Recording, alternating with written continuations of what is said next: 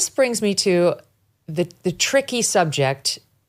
Legally, it's tricky, but as my journalistic response to it is different, of what's happening at the Department of Justice, where the DOJ, which is under Trump's command, it's part of the executive branch, dropped the case against Eric Adams, the mayor of New York, who had been indicted criminally for allegedly taking bribes or favors from Egypt. And the prosecutors who were on the case from the Southern District of New York, which is the most respected U.S. attorney's office in the country, say they had a great case against him and he was going down. Now, he denies that, and he denies having done anything wrong. But under Trump's command, the DOJ dropped the charges against him. And what the big story all over the papers and the left-wing press over the weekend has been the meltdown within the Southern District of New York about the dropping of these charges. So the woman who was in charge, she was like acting in charge of that office, who's a conservative who clerked for Scalia, who was part of the Federalist Society, so it's not some far-left crank, resigned, saying, basically, Mr. President, Ms. Bondi, you've asked me to drop this case, and I can't in good conscience go into court and tell the court that we don't have grounds to prosecute this and we want to withdraw it, and that it might have been a political prosecution because it wasn't. And I'm not willing to do that. And then others down the line from her said the same thing, like, peace out, we're not going to do this. We're not okay with dropping this. And my own view on it is, I don't really think anybody has done anything wrong. I understand perfectly why Trump looks at this and says it smells like a political prosecution/persecution to me. I went to the Al Smith dinner. Trump was there. It's a big fancy dinner before the election. It's a Catholic thing. And Mayor Adams was there. And Trump made a joke at the time. He's like, Mayor Adams, it's been a tough week or a tough time. And he said, I think it's going to work out. And there was sort of a funny light bonding moment between these two guys who'd been indicted, who had reached the top of their respective, circles in the political field. So I think Trump has actual empathy for him, having been through this. I genuinely think Trump is like, this is probably bullshit, and I'm sick of this bullshit where we're just now indicting people who are in office. And I think Trump probably did not kick the tires of the case, as his deputy attorney general admitted in ordering SDNY to drop it. They admitted, we actually haven't looked at whether it's strong or it's not strong. We don't care. Drop it. We think he's going to work with us on anti-illegal immigration, and his cooperation to us is important, and we don't want him distracted, and we don't really believe in this thing to begin with. Okay, so I think Trump didn't do anything wrong. Neither did Emil Bove, who ordered it. And then I think the U.S. attorney was like, I don't have this in me. I'm not going to say this was political when it wasn't. She did the right thing, too. She lived by her conscience. She resigned. She'll be fine. She'll get a very, very well-paying job tomorrow at literally any law firm in the United States, and will be making $3 million a year within the next 7 days. Okay? She'll be fine. She stuck to her principles. But, there's a tug of war between what politicians want and sometimes what lawyers see as right. And I don't think it's some constitutional crisis. I think it's just the difference in priorities. But to read one piece of paper in the left-wing press would have you believe that Trump, again, is creating a constitutional crisis, that he is lawless, and that even now the conservatives at SDNY are turning on him. Yeah, I think you're right, Megyn. I'm not a lawyer, but I think everybody, obviously, if you don't feel that you can in good conscience bring that case, then resigning is what you should do. But it's the same for a whole string of stories that we've seen over the years. And, like Gary Shapley, the IRS whistleblower, they know when they come forward that they're not going to be working, in government anymore, right? So it's essentially resigning, right? When you come forward and you can't come back. But here, I actually didn't finish my point, Matt, which was, I meant to, but I tossed it to you too soon. The final point on it is this same press that's so upset about this, where the hell were they when Biden used the Justice Department to ruin President Trump's life, right? When Biden had his DOJ cooperate with local prosecutors in New York and down in the Fani Willis case to help put Trump behind bars. They defended it at every turn. So I read their outrage about him dropping criminal charges against somebody, which is far less bad on the moral scale than bringing them when there is no crime.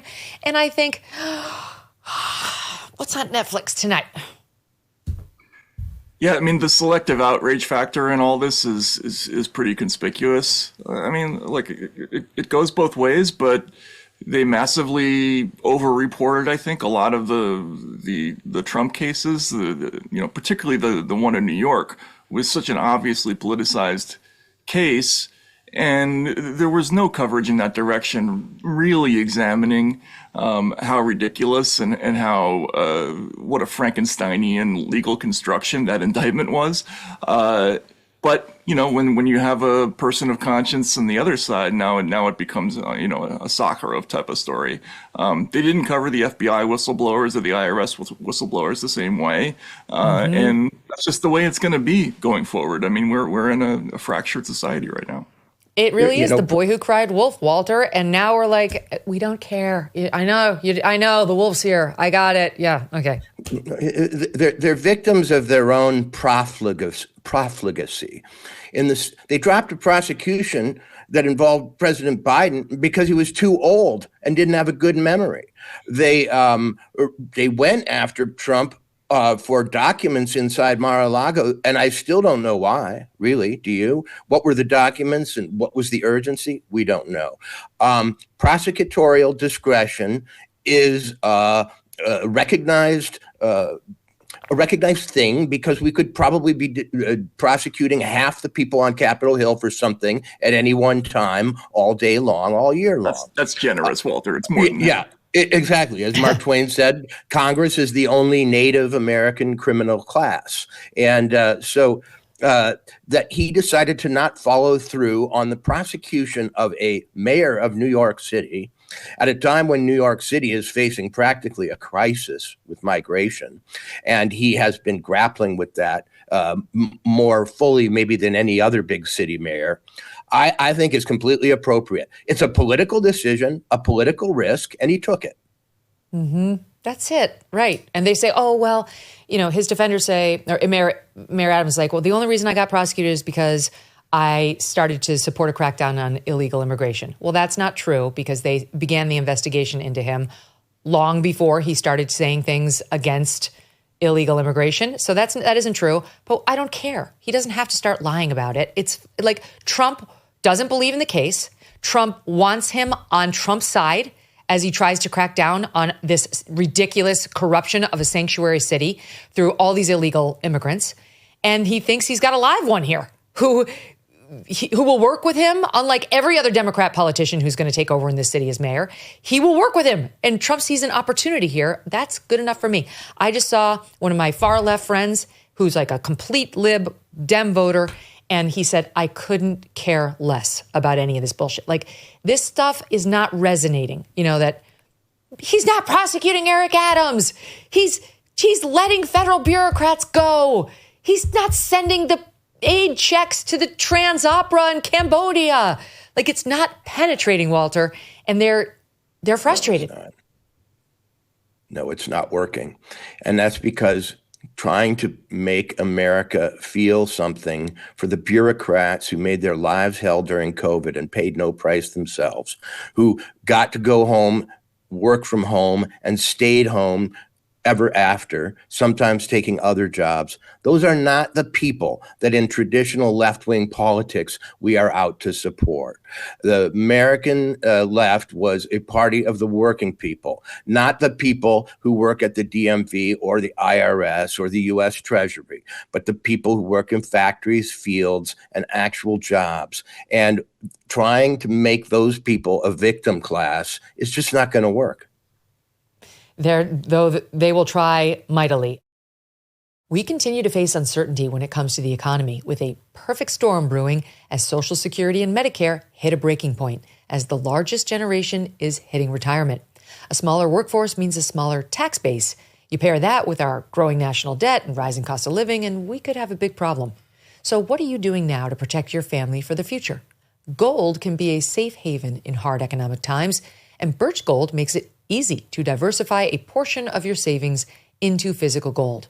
Birch Gold will help you transition an existing IRA or 401k into an IRA in gold, and it does not cost you 1 cent out of pocket. Protect your future today. Text MK to 989898, get your free info kit on gold, and get a copy of The Ultimate Guide for Gold in the Trump Era with a foreword by Donald Trump Jr. There's no obligation, just information. Birch Gold has earned the trust of countless Americans looking to safeguard their savings. Just text my initials MK to the number 989898 today. Thanks so much for watching. If you like what you just saw, hit the subscribe button for more clips and full episodes.